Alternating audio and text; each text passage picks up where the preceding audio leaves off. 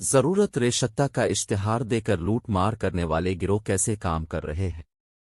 صبح سے ہی کئی فون آ چکے تھے اور اب سمجھ نہیں آ رہی تھی کس سے پہلے ڈیل کیا جائے۔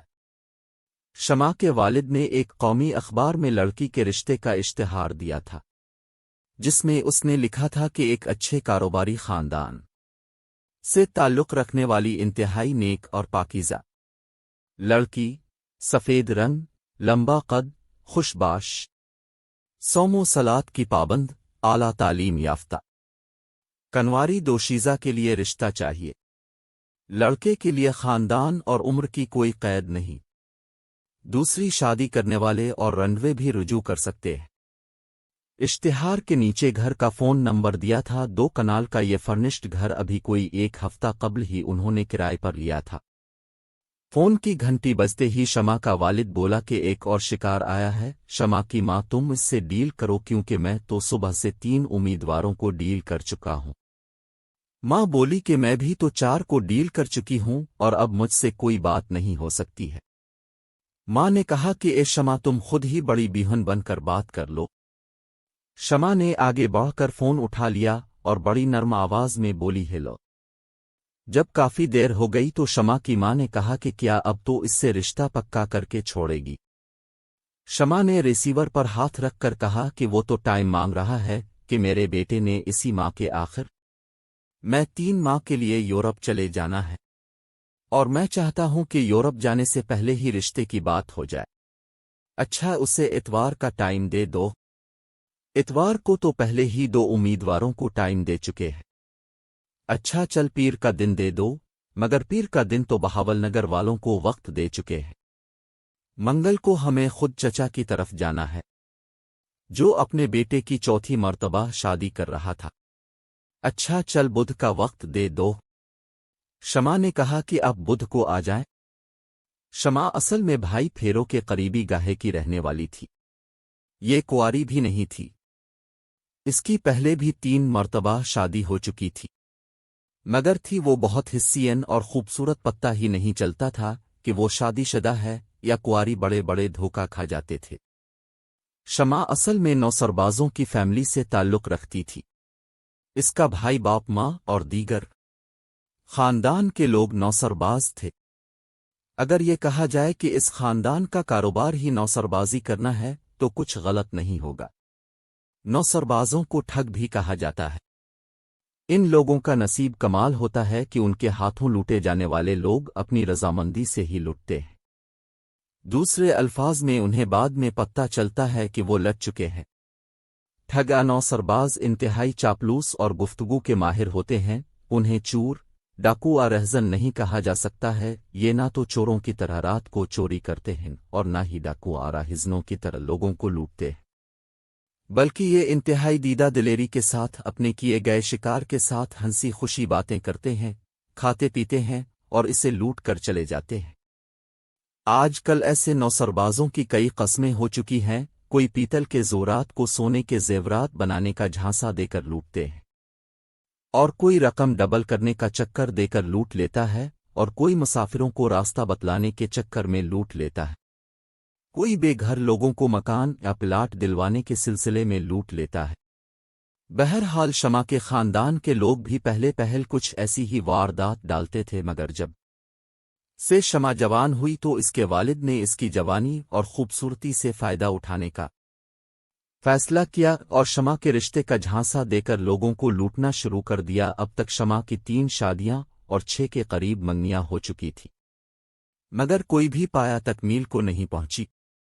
دراصل ان کا طرز عمل یہ تھا کہ مالدار پارٹیاں دیکھ کر رشتہ طے کرتے، منگنی اور دیگر رسومات کے نام پر لاکھوں کے تحفے تحائف سمیٹتے، حق مہر زیورات نام کراتے، شادی کے فوری بعد فتنہ و فساد برپا کرتے اور طلاق لے لیتے۔ یہ لوگ پہلے اپنے گاہوں آگاہوں کے قریبی علاقوں تک ہی محدود تھے، مگر جب گجراوالا کا ایک پہلوان نما تاجر جو پنکھوں کا کاروبار کرتا تھا اور اس کی پہلی بیوی فوت چکی تھی اور وہ دوسری شادی کا خواہش مند تھا، شمع کے خاندان کا شکار بنا تو انہیں اس واردات میں بہت زیادہ سونے کے زیورات، تحفے تحائف اور نقد رقم ہاتھ لگی تو انہوں نے یہی کام شروع کر دیا۔ اب انہوں نے ایک نئی واردات کے لیے لاہور کے علاقے جوہر ٹان میں مکان لیا ہے۔ اصل میں ہمارے شادیوں کے مسائل بہت بڑھ چکے ہیں، لڑکوں بالخصوص لڑکیوں کے لیے موزوں رشتوں کا نہ ملنا آج ہر گھر کا مسئلہ بن چکا ہے۔ اکثر گھروں میں شادی کے قابل لڑکوں کی موجودگی کے باوجود ان کی شادی میں تاخیر صرف اس وجہ سے ہو جاتی ہے کہ گھر میں ابھی بہنیں موجود ہیں۔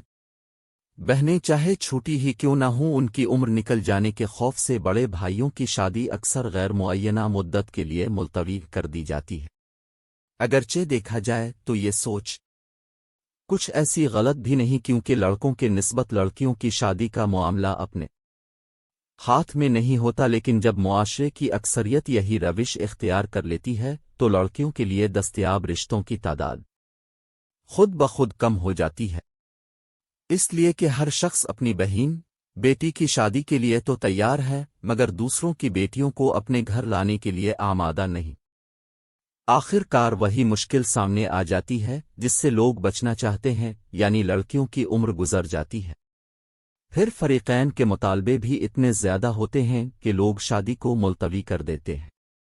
ذات پات، برادری، قومیت اور زبان وغیرہ کے مسائل بھی شادیوں میں دیری کا سبب بنتے ہیں۔ پھر ہمارے معاشرے میں لڑکیوں کے حوالے سے بہت سے غلط تصورات پائے جاتے ہیں، خصوصاً ملازمت پیشہ لڑکیوں کے حوالے سے۔ اس وجہ سے بھی شادیاں نہیں ہوتی۔ شادیوں میں تاخیر کی ایک اور اہم وجہ اخلاقی اقدار کا زوال ہے، جبکہ نفسیاتی، معاشرتی اور سماجی مسائل علیحدہ سے ہیں۔ پھر سب سے اہم ایک اور بات وہ ہے خوب سے خوب تر کی تلاش۔ لڑکی والے بھی اور لڑکے والے بھی یہی کرتے ہیں۔ دولت اور عمارت کی طلب میں ہر کوئی ہی سرکردہ نظر آتا ہے۔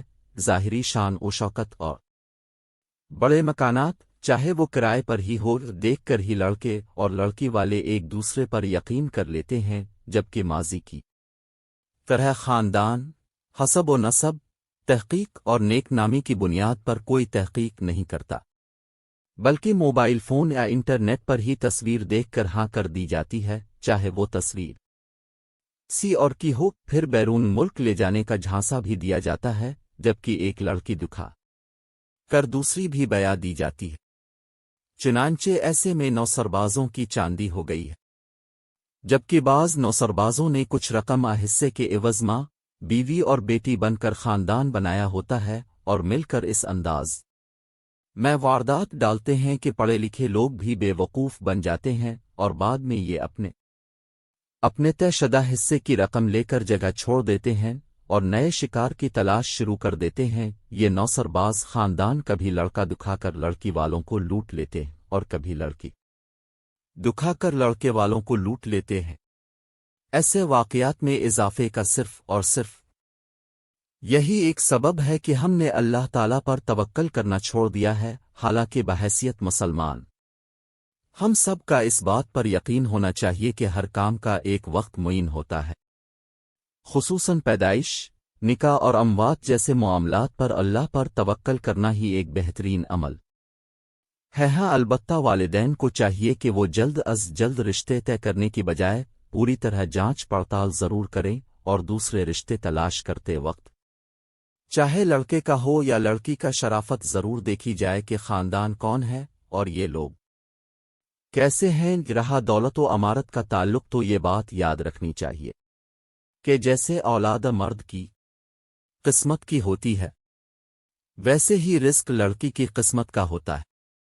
یہ بات ایک طے شدہ بات ہے جس کی صداقت میں کوئی انکار نہیں، صرف معاشی خوشحالی ہی خانہ آبادی کے لیے ضروری اور لازم نہیں۔ اگرچہ معیشت کو خانہ آبادی کا ایک لازم جز تو کہا جا سکتا ہے، مگر کلی طور پر دولت ہر مسئلے کا حل نہیں ہے۔ بہت سے معاملات ایسے ہوتے ہیں کہ جن کا حل بادشاہوں کے پاس بھی نہیں ہوتا ہے، مثلاً اولاد کا ہونا آنا ہونا، باہمی محبت و الفت، اولاد کی فرما برداری، یہ تمام معاملات پیسے سے حل نہیں ہوتے۔